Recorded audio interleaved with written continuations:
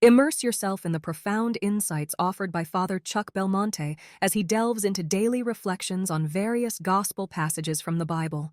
Why is there an altar in the church? At the start of every Mass, the priest and ministers bow or genuflect toward the altar, especially if the Blessed Sacrament is present. As a sign of reverence, the priest and deacon kiss the altar. On special days, they may also incense it. The altar is the heart of the Church. It is both the Lord's table and the symbol of Christ Himself.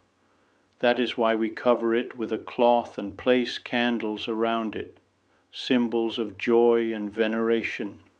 A crucifix must also be clearly seen on or near the altar, recalling the Lord's Passion.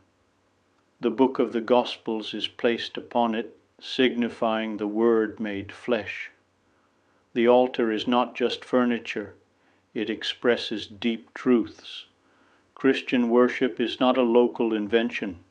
It is a universal act of the Church reaching out to Christ who comes to meet us.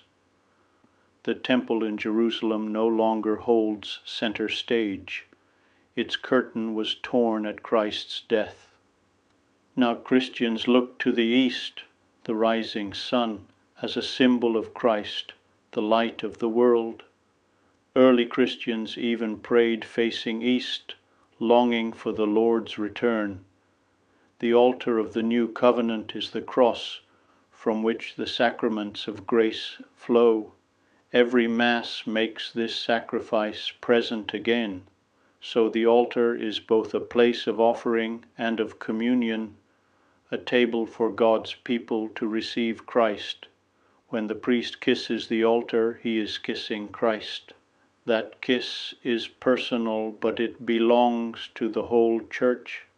It reminds us of the sinful woman in the Gospel who kissed the feet of Jesus with great love and was forgiven. We too come with sins to confess and hearts ready to love.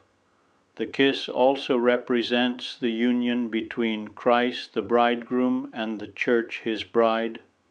The priest stands in the place of Christ, beginning the sacred act of uniting God and His people.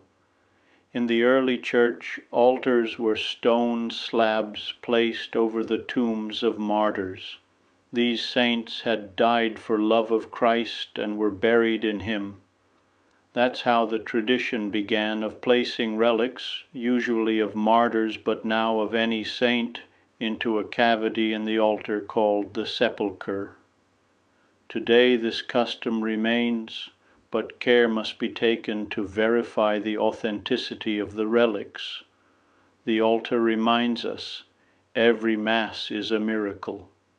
It is Christ offering Himself again, inviting us to love Him in return.